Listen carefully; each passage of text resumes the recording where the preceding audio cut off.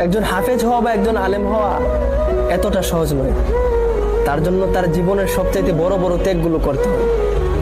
তার মধ্যে সবচাইতে ছোট ত্যাগ কোনটা এটা জানেন? যেটা এই পৃথিবীতে সবচাইতে বড় দামি, মা বাবার আদর থেকে বঞ্চিত হতে হয়। সেই ছোট্ট সময়ে, যে সময়টাতে বাবা মার সামনে হেসে খেলে বড় হওয়ার কথা, সেই সময়টাতে মা বাবাকে ছেড়ে একজন হাফেজ হওয়া বা একজন আলেম হওয়া এতটা সহজ নয়। তার জন্য তার জীবনের সবচাইতে বড় বড় ত্যাগগুলো করতে হয়। তার মধ্যে সবচাইতে ছোট ত্যাগ কোনটা এটা জানেন? যেটা এই পৃথিবীতে সবচাইতে বড় দামি, মা বাবার আদর থেকে বঞ্চিত হতে হয়। সেই ছোট্ট সময়ে, যে সময়টাতে বাবা মার সামনে হেসে খেলে বড় হওয়ার কথা, সেই সময়টাতে মা বাবাকে ছেড়ে